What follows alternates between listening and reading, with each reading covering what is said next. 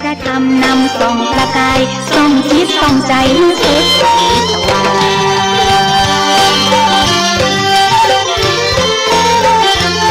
มาฟังธรรมะเหมือนได้อิ่มทิพย์เหมือนบันไดเลื่อนเรียบขึ้นสวรรค์เอกทางน้ำทิพย์ประมนไกลทุกข์ไกลโศกดีงามพระอาจารย์แก่นมาสนทนาธรรมตนอุปธรรมนำพระธรรมเผยแผ่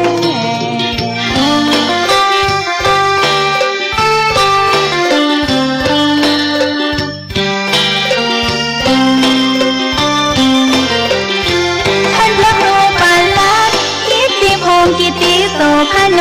โยโสน้อมว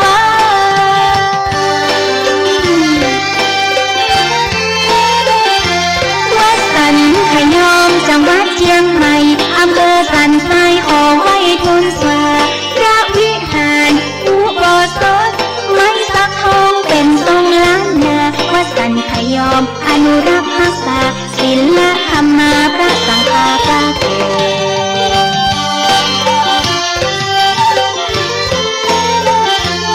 ศพระครูโอภาสวิหารทิพย์หรือพระครูบุญเลิศพระผู้เผยแผ่ตั้งเจ้าอาวาสจิตตั้งประเสริฐแต่พระครูสถิตธุรทรตนเก่ง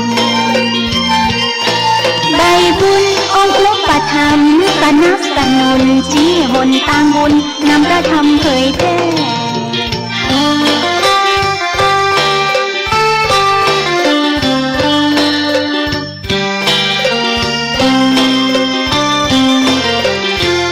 พระอาจารย์แก่นนำพระธรรมบรรยายจะเป็นเรื่องใดตั้งใจฟังแต่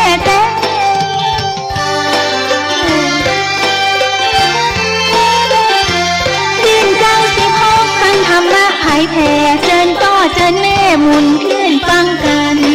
บรรยายเนื้อหาสาระเป็นมุขปาฐะสุขพี่น้องคนฟังธรรมะเปรียบเหมือนหนทางเดินตามแนวทางผู้รู้ผู้ตื่น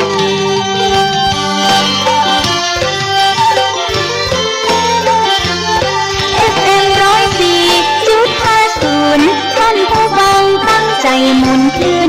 วันอังคาร9 โมงใจชื่นถึง10 โมงเจิญฟังมวลมงคลเจิญฟังธรรมะเหมือนต้นพระน้ำมนต์ได้ฟังได้ยนต์จิตใจสดชื่น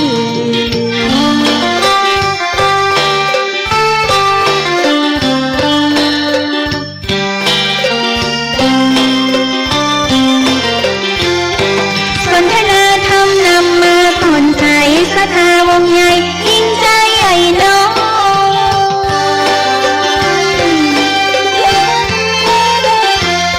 ธรรมะพระพุทธบริสุทธิ์เป่งป้อยเก็บเรียงร้อยชื่นจ้อยสุขสมขึ้น98.75เป็นคลื่นธรรมะ ชุมชนวันเสาร์วันอาทิตย์เชิญมายินยนต์เวลา4 โมงถึง5 โมงนู่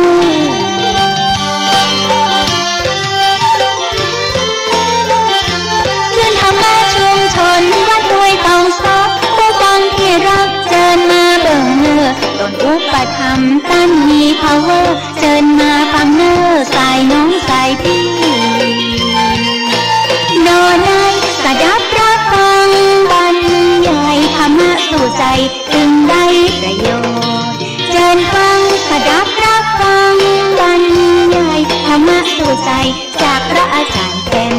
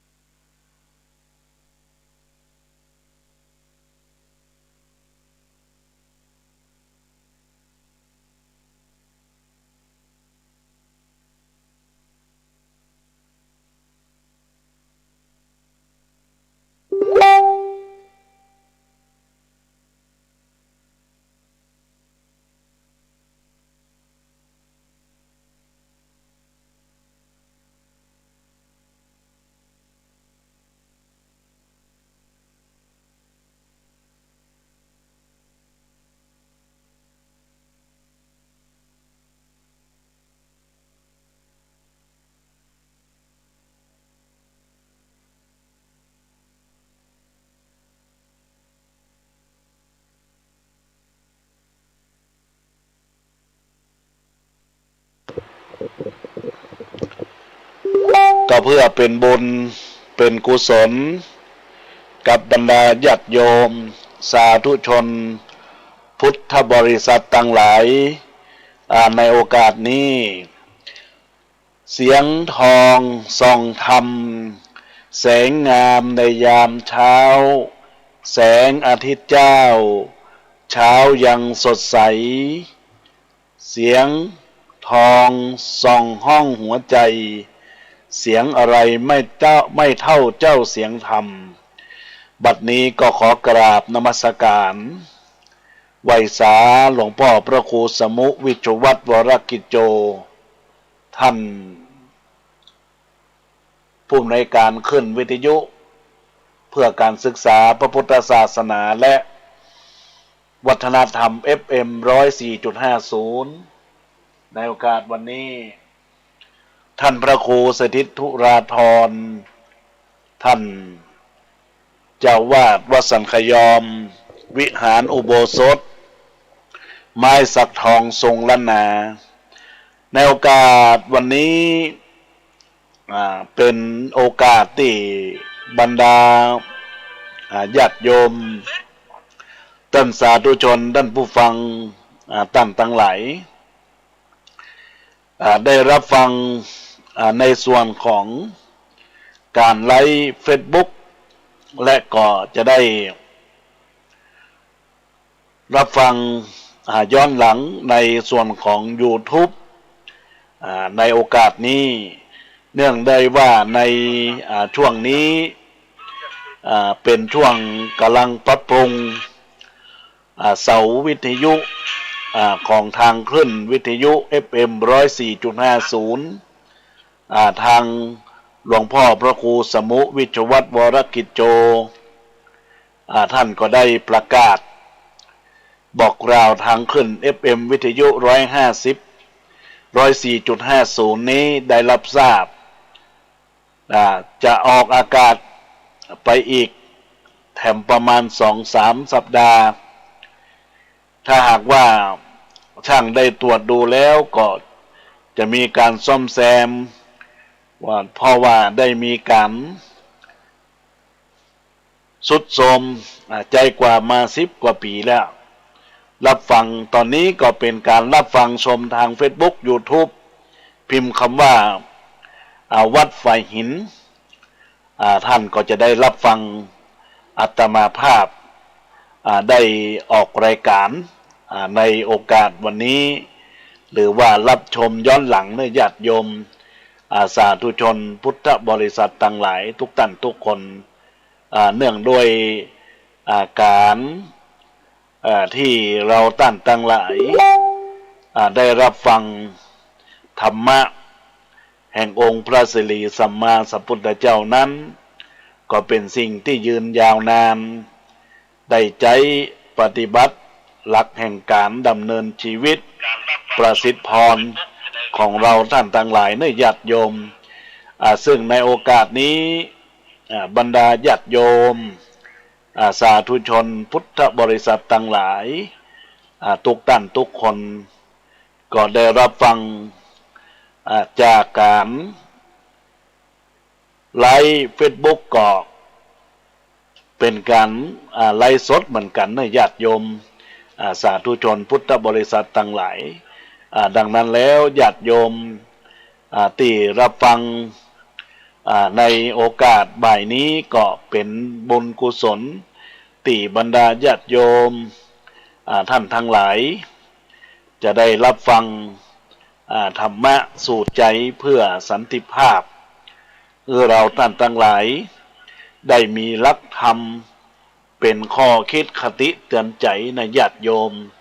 สาธุชนพุทธบริษัททั้งหลายทุกท่านทุกคนในโอกาสวันนี้อาตมาภาพก็จะได้พบปะกับบรรดาญาติโยมสาธุชนต่างๆหลายอยู่ด้วยกัน2 เวลาแรกนี้เป็นชั่วโมงบ่ายโมงถึง2 โมงก็จะได้พบปะกันในช่วงนี้ในญาติโยมแล้วก็จะได้พบปะกันแห่งกรรมในเวลาบ่าย3 โมงถึง4 โมงขึ้น96.0วัดพระธาตุดอยสุเทพได้ออกรายการในวันนี้วันเดียวกันนี้นะญาติโยมก็ขอญาติโยมได้ติดตามรับฟังในไลฟ์เฟซบุ๊กไลฟ์ในคลื่นวิทยุที่จะได้ออกเวลาบ่าย3 โมงถึง4 โมงขึ้น96ในโอกาสต่อไปดังนั้นญาติโยมสาธุชนพุทธบริษัททั้งหลายก็มีญาติโยมทักมาว่าตอนนี้สถานี 104.50 เสียเลยบ่ได้ฟังเฮ้ยมแม่ฟังทางการไลฟ์เนอะญาติโยมทั้งหลายไลฟ์เฟซบุ๊กสดนะญาติโยมทางไลฟ์ก็จะได้รับฟังเป็นธรรมบรรยายอูจากันได้อูจากันไปล้านนาไทยเขาก็มีความเจริญมีความสุขแน่วแน่แก้ไขอย่างปัญหาทุกสิ่งทุกอย่างที่จะเกิดขึ้นเปิ้นบอกว่าอย่ากลัวจนเกินงามมันจะผ่านให้พลาดพลั้งอย่ากล้าจนเกินตัวจะเลยเขตขอบของตนอย่ากล้าอย่างโง่จะพาตัวให้ชิบหายอย่ากล้าในทางร้ายจะนำภัยมาสู่ตนอย่ากล้าคบคนพาลเพ ราะจะพาเสียศักดิ์ศรีอย่ากล้าพูดคำตรงในสังคมของคนผ่านจงกล้าแสดงเมื่อถึงคราวเสนอจงกล้าคิดสร้างสรรค์อันนำมาซึ่งผลงานจงกล้าจะสนองหากไตร่ตรองแล้วว่าดีจงกล้ารับหน้าที่พึงต้องมีความรับผิดชอบจงสร้างความผูกพันผูกยึดมั่นในคนดีจงกล้าจะทักท้วงหากเพื่อนพ้องเดินทางผิดจงกล้ากล่าวหลีกหนีคนไม่ดีมาขอพึ่งจงกล้ากล่าวชื่นชมกับผู้คนที่จริงใจจงพร้อมเสียสละอย่าได้ละความชอบธรรมจงยึดมั่นในหลักธรรมที่ดีงามสอนให้ตนเพียงใจนี้ก็ต้องขอฝากกับบรรดาญาติโยมสาธุชนพุทธบริษัทต่างหลายทุกท่านทุกคนที่ได้รับฟังในโอกาสวันนี้ที่ญาติโยมได้รับฟังแล้วก็ขอให้เป็นแนวทางในการดำรงชีวิตประสิทธิพรให้ได้อยู่เย็นเป็นสุขปราศจากเสียยังทุกโศกโรคภัยไข้เจ็บอย่าได้มีสิ่งใดมากำมากายคำว่ากล้านั่นก็คือกล้าอย่างมีสติกล้าอย่างมีจุดมุ่งหมายจุดมุ่งหวังในทางที่ถูกหวังในทางที่ควรก็จะได้ขอหยิบยกเรื่องราวเกี่ยวข้องกับชีวิตวาทธรรมของพระเดชพระคุณพระพรหมบัณฑิตได้อูจากับบุคคลท่านหนึ่งที่เป็นคนขับญาติโยมทั้งหลายคนขับเรียกว่าคนขับรถญาติโยมเปิ้นได้อู้เอ่ยคติธรรมวาทธรรมของพระเดชพระคุณพระพรหมบัณฑิตอดีตอธิการบดีมหาวิทยาลัยมหาจุฬาลงกรณราชวิทยาลัยศาสตราจารย์ด็อกเตอร์ท่านได้หยิบยกมาเรื่องให้คิดในญาติโยมต่างหลายเปิ้นบอกว่าวันหนึ่งเปิ้นได้ขึ้นแท็กซี่กันหนึ่งเพื่อที่จะไปส่งที่วัดมหาธาตุตกลงก็จะจ่ายค่าโดยสาร50 บาทแล้วก็เปิ้นก็นั่งข้างหน้ากู้กับรถแท็กซี่คนขับในญาติโยมคนขับแท็กซี่ก็ถามว่าท่านบวชพระมานานแล้วหรือพระเดชพระคุณ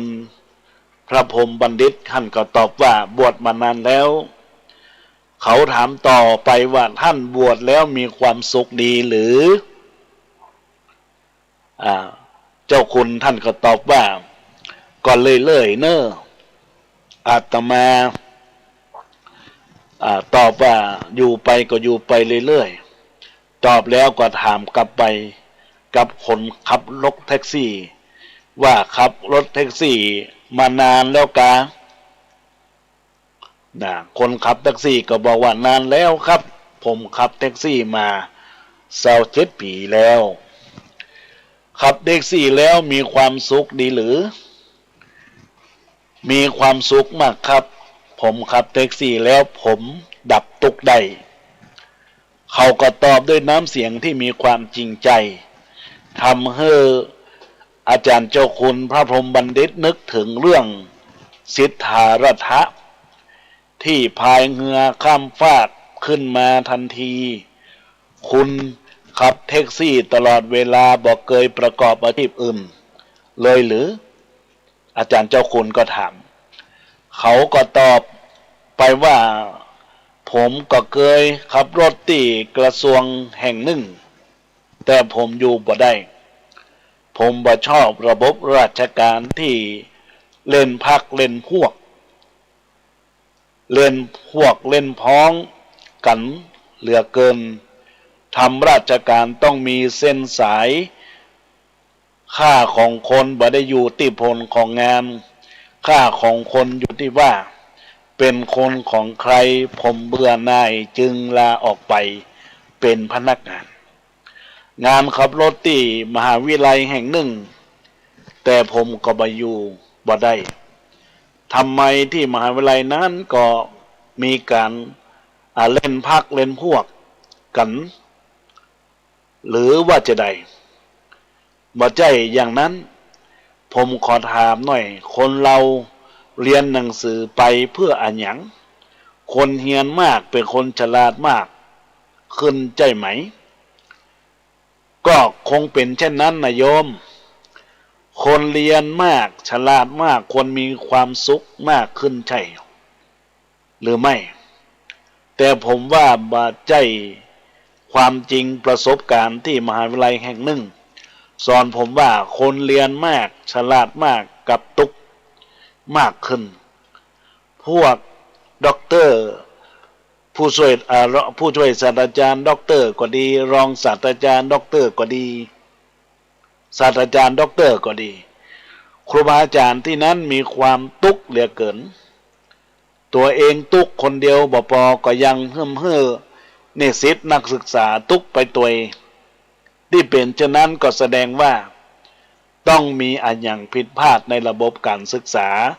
ของชาติเป็นแน่คุณเห็นว่าผิดพลาดอย่างไรอาตมาก็อาจารย์เจ้าคุณก็ต่อไปนะญาติโยมผมว่าครูบาอาจารย์สอนผิดพวกเขาสอนให้คนมีความตุกแทนที่จะสอนให้มีความสุขผมเตือนพวกเขาเปลี่ยนวิธีสอนใหม่เพื่อให้มีคนมีความสุขพวกเขาบอกเชื่อผมจึงลาออกจากการขับรถแล้วก็มาขับรถแท็กซี่เลยคนบอกพวกเขาว่าจะได้อักษรไทยมีพยัญชนะกี่ตัวเขาก็ย้อนถามว่า44ตัวอาตมาก็ตอบว่าใน44ตัวท่านทราบไหมว่าอักษรตัวไหนดีและอักษรตัวไหนชั่วผมไปบอกพวกครูบาอาจารย์สอนเด็กว่าอักษรตัวไหนเป็นตัวดีเป็นตัวใดเป็นตัวชั่วเด็กจะได้บ่ตุกพวกครูบาอาจารย์ก็บ่ฟังพวกเขาบอกว่าหนังสือบ่มีตัวดีตัวชั่วมีแต่กลางๆอาตมาก็ถามว่าอักษรอะไรที่มันเป็นตัวบดีและเป็นตัวดีหรือว่าดีหรือว่าชั่วนะตัวชั่วก็มี3ตัวก็คือลอลิงกอไก่และลอลิงตัวดีมี3ตัวก็คือพอพานหอหีบชอช้างลอลิงกอไก่และก็ลอลิงก็หมายถึงอันหยังเขาก็ตอบว่าท่านเป็นพระบ่รู้เรื่องนี้ได้อย่างไรพระพุทธเจ้าสอนไว้ว่าลอลิงกอไก่ลอลิงก็คือโลภโกรธหลงนั่นไงมันชั่วไหมท่านใจแล้วโลภโกรธหลงเป็นอกุศลมูลคือหลักเง่าของความชั่วคุณเล่นย่ออย่างนี้ใครจะไปรู้ว่าแต่อย่างใดพอพานหอหีบชอช้างคืออันหยังก็เป็นตัวดีจริงหรือเปล่าเขาก็ตอบว่าเพื่อนที่ขับแท็กซี่ด้วยกันมีความทุกข์มากพวกเขาบ่นว่าค่าเจ้าแลแผงรายได้ก็น้อยแต่ผมบ่ทุกข์เพราะผมใช้พอพานก็คือรู้จักพอคนเราถ้ารู้จักพอก็จะมีความสุขอาตมาก็เห็นด้วยกับคำตอบของโยมเพราะพระพุทธเจ้าพระองค์ใช้การตรัสรู้และก็ตัดด้วยเหตุที่ว่าสันตุถีปรมังทนังความรู้จักพอเป็นยอดทรัพย์คนจนมี2ประเภทก็คือคนจนเพราะบ่มีกับคนจนเพราะไม่พอคนส่วนใหญ่จนเพราะบ่รู้จักคำว่าพอความไม่พอใจจนเป็นคนเข็นพอแล้วเป็นเศรษฐีมหาศาลจนทั้งนอกทั้งใน บ่ได้การต้องคิดอ่านแก้จนเป็นคนพอญาติโยมสาธุชนทั้งหลายในเนื้อหาแจกความติตมาภาพอธิบายคือบรรดาญาติโยมเป็นคำคำจ๋าระหว่างพระเดชพระคุณท่านเจ้าคุณพระพรหมบัณฑิตศาสตราจารย์ด็อกเตอร์เจ้าวาดวัดประยูรวงศาวาสกรุงเทพมหานครซึ่งก็เป็นอธิการบดีมหาวิทยาลัยมหาจุฬาลงกรณราชวิทยาลัยท่านได้อูจาดังนั้นแล้วการที่อูจาระหว่างคนขับรถแท็กซี่ก็มีความใจความ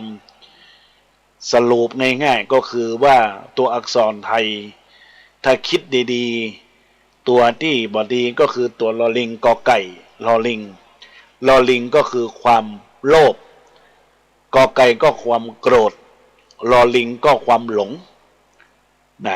แล้วตัวที่ดีนะญาติโยมแต่มันก็คงจะดีแต่ว่าเป็นยกเป็นนิเขปบทเป็นยกมาเป็นพอสังเขปว่าตัวนั้นตัวนี้มีความดีและบดีพอพานหอหีบจอช้าง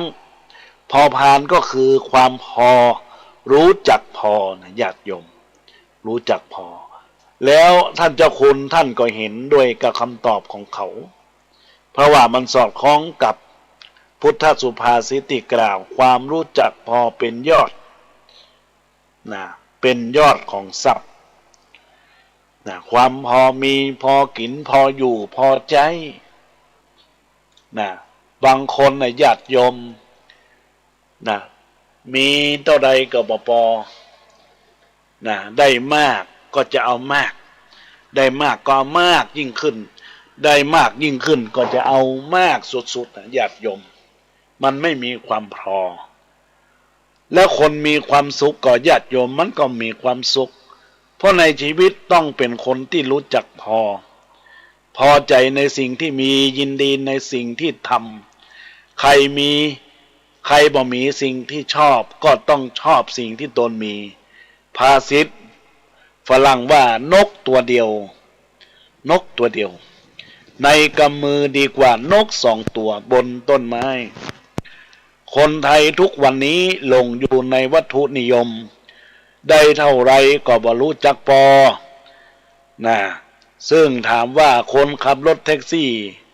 ต่อไปตัวแฮปว่าหอหีบก็คืออันหยังเขาก็ตอบว่าหอหีบนั้นก็คือรู้จักให้รู้จักพอแล้วก็รู้จักให้ถ้าผู้โดยสารต่อราคากับผมก็ลดให้เขาบ้างถ้าผู้โดยสารขอผมไปส่งต่ออีกนิดผมก็ไปผมถือว่าผมให้บริการแก่ผู้โดยสารก็ให้ค่าโดยสารแก่ผมอาตมาก็เห็นด้วยกับคนขับแท็กซี่ว่าสังคมอยู่ได้ก็เพราะมีการและการรับจิตที่คิดจะดีกว่าจิตที่จะคิดจะเอาในครอบครัวใดทุกคนคิดแต่จะเอาจะบ่มีใครได้แต่ถ้าทุกคนคิดแต่จะทุกคนจะได้สิ่งเหล่านี้ญาติโยมมันเป็นสิ่งที่เราจะต้องพิจารณาแล้วก็ท่านเจ้าคุณก็ถามต่อไปอีกว่าชอช้างคืออันหยังขณะนั้นรถแท็กซี่ติดไฟแดงอยู่หน้าสุดไฟเขียวส่งสัญญาณขึ้นแล้วคนขับแท็กซี่ก็ยังบ่ยอมออกรถ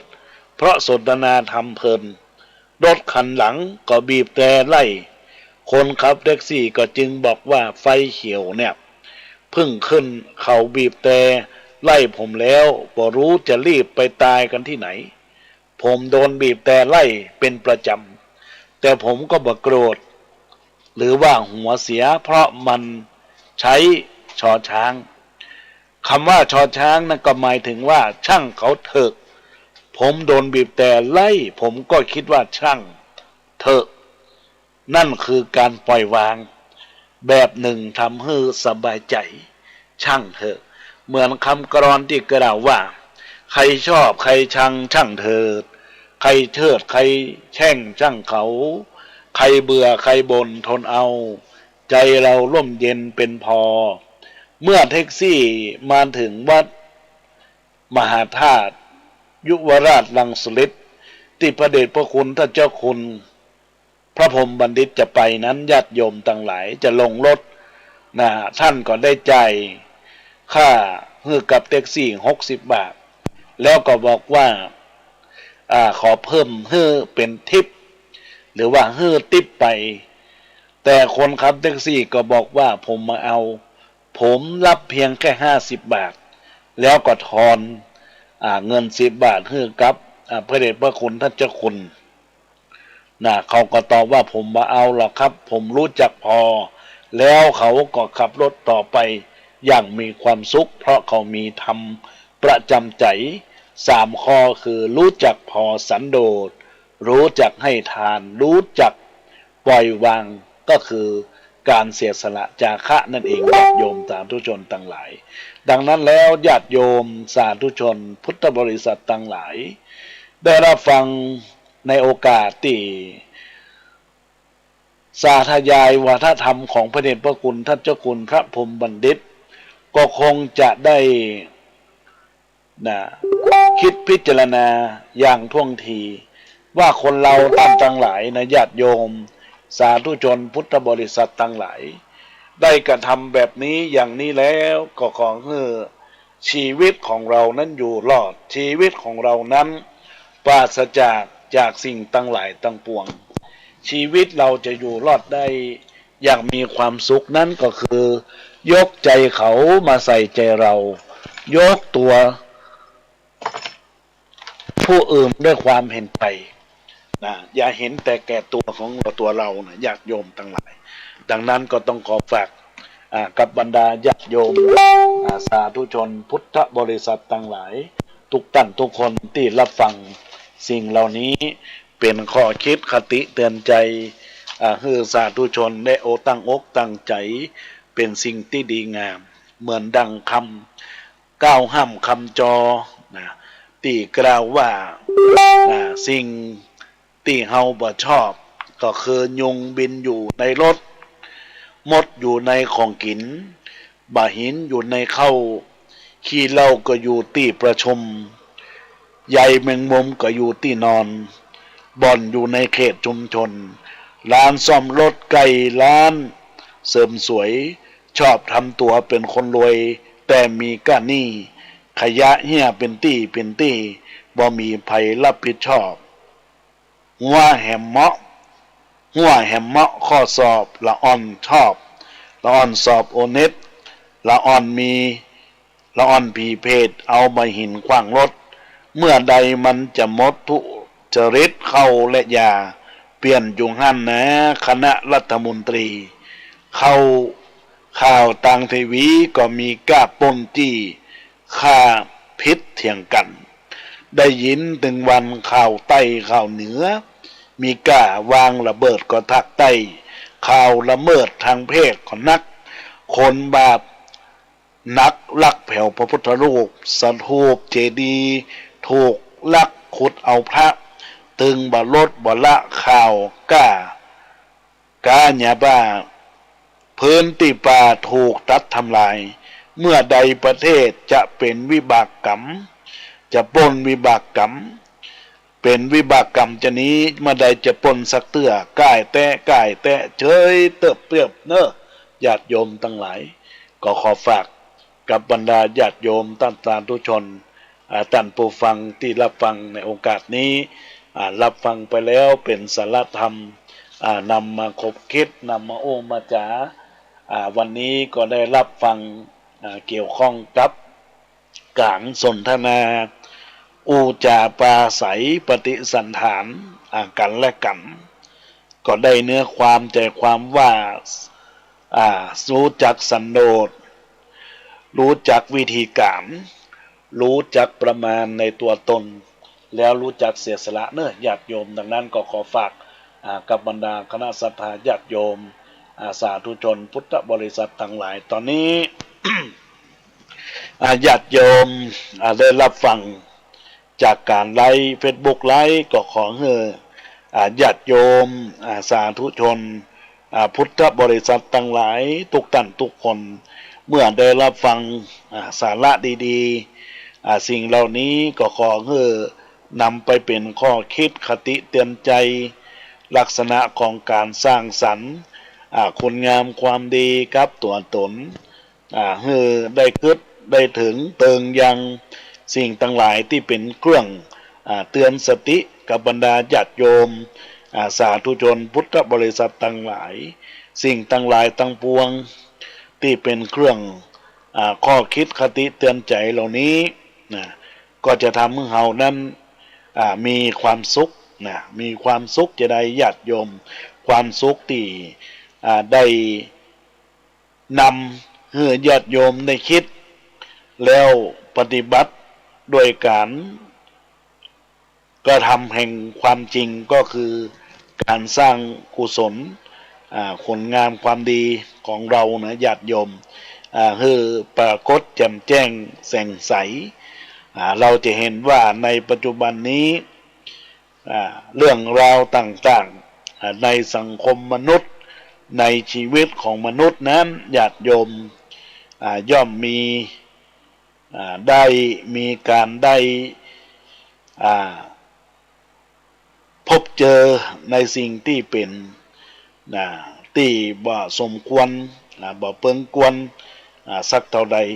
สิ่งเหล่านี้นะญาติโยมเฮาจะได้ให้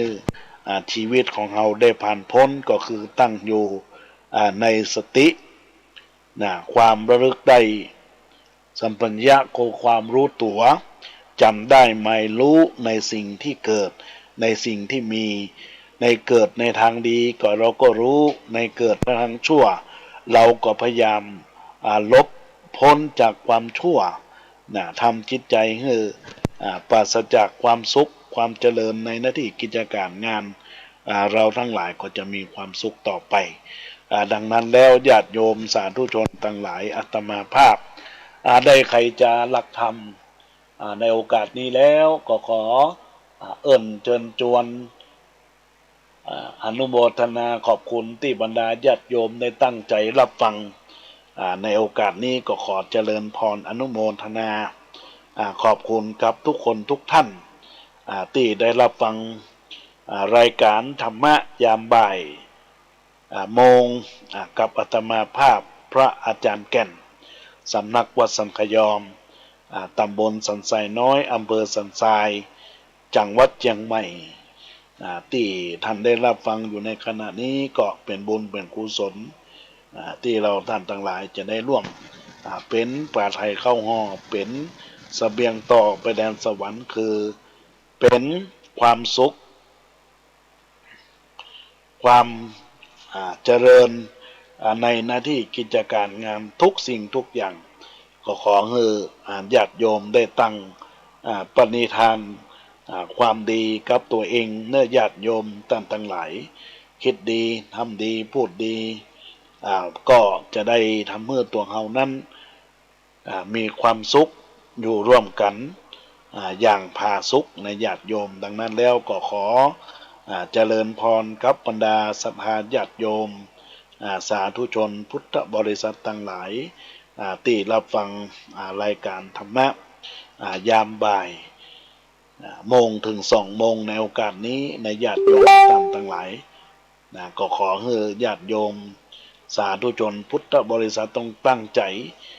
มั่นแน่วแน่ในชีวิตที่ทำให้เราได้เกิดความสุขก็คือสิ่งที่เป็นตัวตนของเรา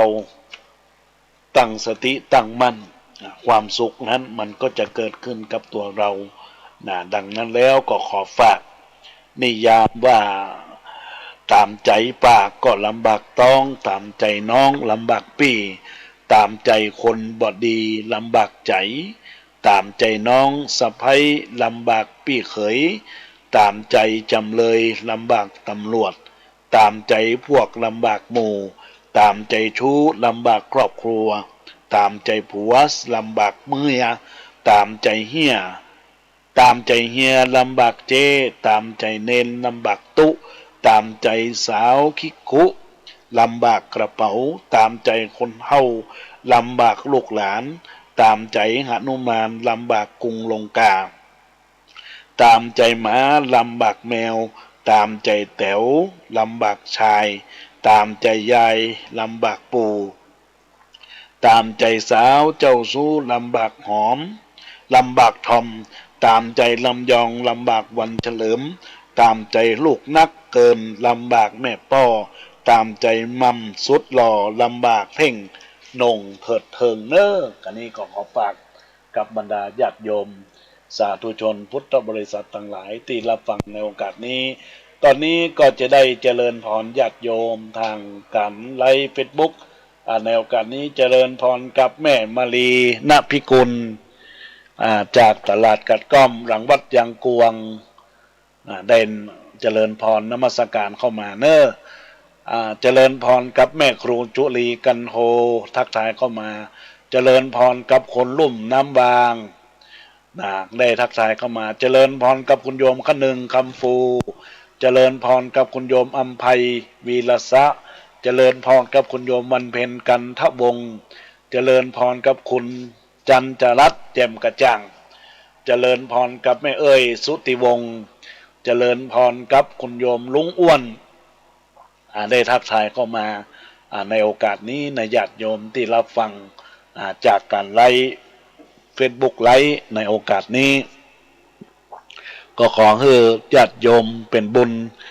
เป็นกุศลที่รับฟังกันแล้วมีจิตใจผ่องแผ้วยินดีในการรับฟังเป็นบุญเป็นกุศลกับทุกคนทุกท่านเนอะญาติโยมสาธุชนทั้งหลายที่ได้รับฟังในโอกาสนี้ก็จะได้อุจากับบรรดาญาติโยมสาธุชนที่ผ่านมาวันอังคารอาตมาภาพก็ได้ไล่สดกรรมก็คงจะได้รับฟัง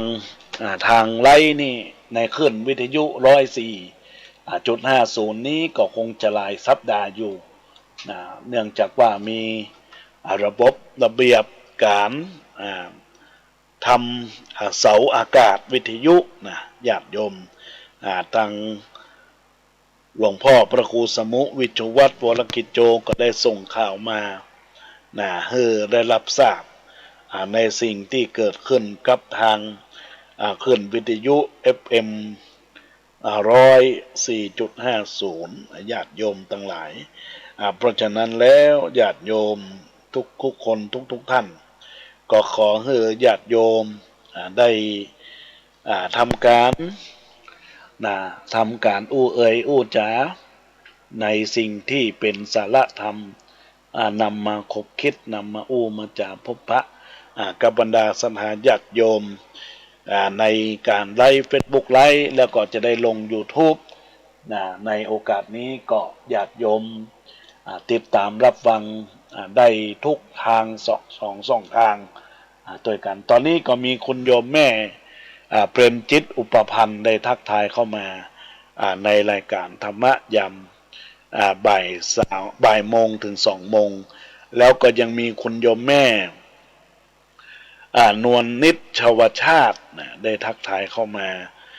ในโอกาสนี้ก็ขออนุโมทนาขอบคุณกับบุญที่เกิดจากจิตจากใจของเราต่างหลายเนอะที่ได้ทักทายเข้ามาในโอกาสนี้เป็นบุญเป็นกุศลกับทุกคนทุกท่านได้สร้างบารมีธรรมสร้างบารมีบุญให้เกิดจากจิตจากใจฟังธรรมะขององค์สมเด็จพระสัมมาสัมพุทธเจ้าแล้วก็ขอให้ผ่องแผ้วยินดีในสิ่งที่เกิดขึ้นเพื่อนบอกว่าการเกิดตึงหากันเกิดตึงอันยังพ่องเฮาส้มปากก็เกิดตึงหาเหล้าหายาเฮาอยากกินปลาเกิดตึงหาให้หาแหเฮาอยากดื่มกาแฟเกิดตึงหาน้ำฮ้อนเฮาอยากถอนเกิดตึงหาของหวานเฮาอยากตานเกิดตึงหาตู้หาพระเฮาอยากปะเกิดตึงหาพ่อคุณแม่คุณพ่อคุณแม่เฮาอยากปะเกิดตึงหาพ่อคุณแม่คุณเฮาอยากได้บุญเกิดตึงหาตามศีลภาวนาเฮาอยากเล่นกีฬาเกิดตึงหาสนามลงยิมเฮาอยากกินไอศกรีมเกิดตึงหาคนขาย เฮาอยากกินลาบควายกึดเติงหาพริกลาบเฮาอยากกินจอผักกาดกึดเติงหาปูเขียวหางดอกเฮาอยากกินเห็ดถอบกึดเติงหาดอยยามฝนตกใหม่เฮาอยากเล่นบอกไฟกึดเติงหาเดือนยี่เป่งเฮาอยากหันนักมวยเก่งๆกึดเติงหามวยไทยเจ็ดสีเฮาอยากพอทีวีเกิดเติงหาช่อง7หา39เฮาอยากกินข้าวเกิดเติงหาลาบควายเฮาอยากได้เสื้อผ้าใหม่เกิดเติงหากาดนองดอกเฮาอยากแอวขอบอกเกิดเติงหาถนนคนเดินเฮาอยากพระอาจารย์ผู้ใจบุญก็ต้องพบปะกันที่รายการม่วนเงินสันเล้าเนื้อญาติโยมทั้งหลายก็ยินดีกับมูลศรัทธาญาติโยมที่ได้รับฟังรายการธรรมะในโอกาสนี้ญาติโยมในโอกาสวันนี้ที่บรรดาญาติโยมสาธุชนพุทธบริษัททั้งหลาย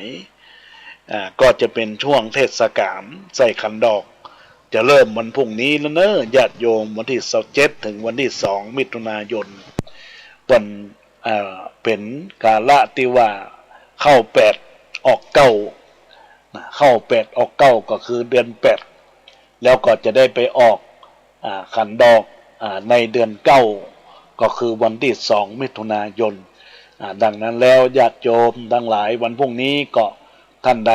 ว่างหรือว่าตั้งแต่วันพรุ่งนี้27ถึงวันที่2มิถุนายนก็ไปใส่ขันดอกกันเนอะเพื่อใส่ขันดอกกันจะได้สร้างบุญสร้างกุศลหนทางแห่งคุณงามความดีก็ขอให้ญาติโยมร่วมสร้างสารบารมีธรรมในส่วนของการทำบุญใส่ขันดอกก็จะได้มีความสุขในญาติโยมเนอะดังนั้นก็ต้องขอฝากกับทุกคนทุกท่านที่รับฟังรายการธรรมะยามบ่ายโมงถึง2 โมงในโอกาสที่ว่าสารธรรมเป็นธรรมะสุดประเสริฐฟังแล้วมีผลเกิดประเสริฐหลายสิ่งบ่ฮู้ย่อมฮู้และเข้าใจเรื่องเก่าเรื่องใหม่นำมาสาธยายรู้แล้วเพิ่มเติมเสริมรู้อีกอย่าได้หลีกน้ำทำคำเพาะสอนสิทธิพุทธชี้แนะอย่าแคลนคลอนตามบทตอนสิทธิพุทธสางใจล้างใจกายใจให้สะอาดให้ผุดผาดผ่องใสไร้ปัญหาธรรมะสู่ใจสบายในอุลาชาตินี้ชาติหน้ามีแต่สุขหมดทุกเอ่ยเนอะญาติโยมดังนั้นก็ขอฝากกับบรรดาญาติโยมสาธุชนทั้งหลายทุกท่านทุกคนธรรมะสารธรรมดีๆนำมากอนไกอยู่คนเดียวระวังความคิดอยู่กับมิตรให้ระวังวาจาอยู่กับศรัทธามันสนทนาธรรมธรรมะคือคำสอนแน่นอนให้ทำดีมากกว่าชั่วกลัวกันไปทำดีมากหลายใจก็สุขทำชั่วหลายใจก็ทุกข์ฉุกคิดชีวิตละจะสุขสบายไต่ตรองมองดูก็รู้หลายคนดีคนชั่วมีถมไปอย่าเอาอย่างไหนเป็นแบบอย่างในทางเดินชั่วก็ได้ดีก็ได้ใครไม่ว่าจะเสียท่าตอนปลายในสงสารชีวิตเหล่านั้นยังอยู่นานถ้าสุขสันต์ถูกทางก็ดังใจทั้งพลั้งไปเผลอไปในทางผิดดังชีวิตวิตตกนรกเหี่ยวห่วงบาปกรรมช่างไว้เร็วสุดเสียวในห่วงกรรมตกต่ำเอ่ยย่อมเสียทั้งวงตระกูลย่อมเสียทั้งตัวของเฮาชีวิตของเฮาในญาติโยมในการมวลเมาในชีวิตในญาติโยมดังนั้นก็ขอฝากหลักธรรมที่เป็นสิ่งสะท้อนจิตใจให้เรามีแนวคิดแนวทางที่ดีพบเจอในสิ่งที่ดีเพราะว่าในชีวิตของเราบ่มีญาณที่จะยังรู้ แม้อยู่ไหนแต่ในใจมีอยู่ไร้รู้สิ้นอากาศยามค่ำยามบ่ายชุ่มฉ่ำหัวใจสดชื่นแจ่มใสในบ่ายวันนี้อากาศสบายไร้มลภาวะในสระน้ำใสป่าไว้สุขีปูหอยก็มีสุขีเมื่อชมในน้ำมีปลาก็น่านิยมแต่ในสังคมชื่นชมคนดีดีน้อยดีมากดีหลากดีหลายโลกก็ปลอดภัยสิ่งร้ายไม่มีถ้าร้ายมากหลายวุ่นวายเกิดมีสุขไม่เปรมปรีโลกนี้วุ่นวายขอให้ทุกคนทำตนให้ดีทุกคนเปรมปรีอยู่มีสุขใจปลงวางเสียบ้างทุกอย่างสุขใจอยู่ดีปลอดภัยในโลกความดีอายุไม่ยืนนานไม่ถึง1,000 ปีสุดท้ายชีวีก็มีมะลายฉุกคิดสักนิดชีวิตชีวาเกิดมาทั้งทีสุขขีเถิดเอ่ยถ้าบ่ปงก่อนนักในทุกอย่างดังนั้นแล้วก็ขอฝากเนื้อญาติโยมสารธรรมนำมาฉุกคิดให้บรรดาญาติโยมตอนนี้ก็มีคนโยมแม่อัมพรกันธมีได้ทักทายเข้ามาเจริญพรกับป้อนานบินหลาอินลาบุญธรรมรักษ์ได้ทักทายเข้ามาตอนนี้ก็ขอเจริญพรกับสารธรรมนำมาอุจาพบปะกับบรรดาญาติโยมสาธุชนพุทธบริษัทต่างหลายเดี๋ยวเวลาบ่าย3 โมงก็พบปะกันในคลื่น FM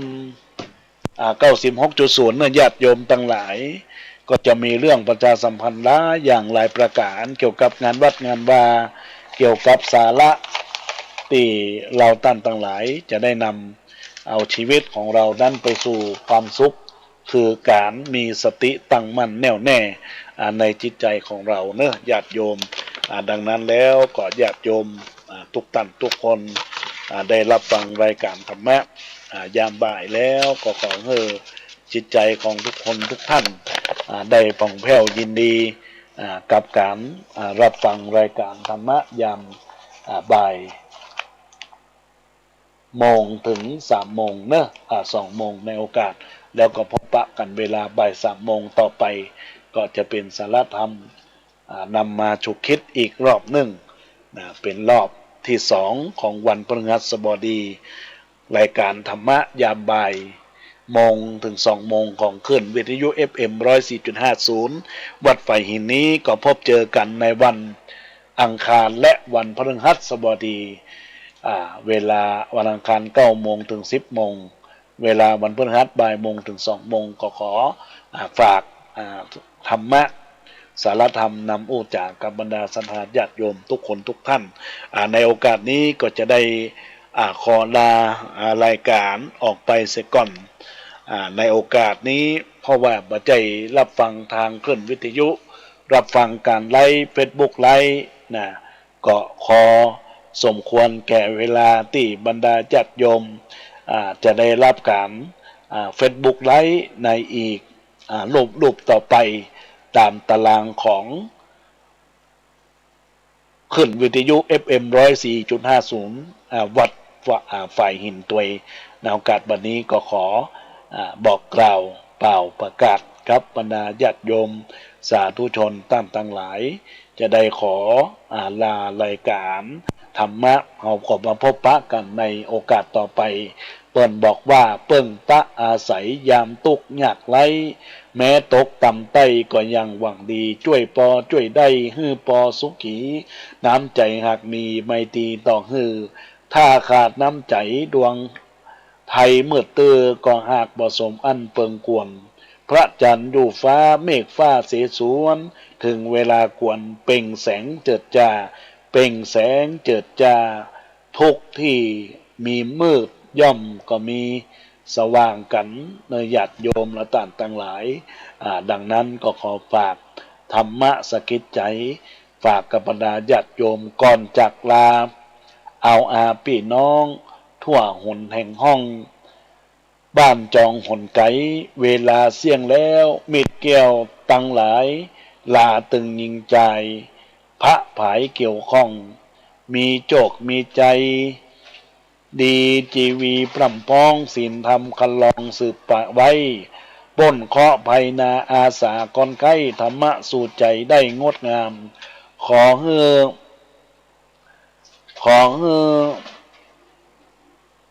พี่น้องเรืองรองติดตามอายุวันนางามสมนามบ่อน้อยสมนามบ่อน้อยตอนนี้มีสายเข้ามา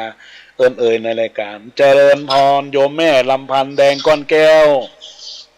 เจ้าไว้สาเจ้าท่านแม่ฟังอยู่เนอะแม่ขอร่วมบุญ200เนอะเจ้าอนุโมทนาขอบคุณกับแม่เตเนอร์จ้าสาธุยินดีโอนไปถ้าจะเป็นมันถูกจ้ามาเป็นอย่างแล้วแต่แม่เดี๋ยวป้ากันขึ้น96 3 โมง 4 โมงนะแม่เนอร์จะได้อนุโมทนาขอบคุณแม่แห่งกำนึ่งจ้าอนุโมทนาเนอร์จ้าขออนุโมทนาขอบคุณกับแม่ลำพันธ์แม่แดงก้อนแก้วจากบ้านจุมป่าลาวอำเภอสันปะตองจังหวัดเชียงใหม่ได้นำปัจจัยมาร่วมทำบุญตามเจตนา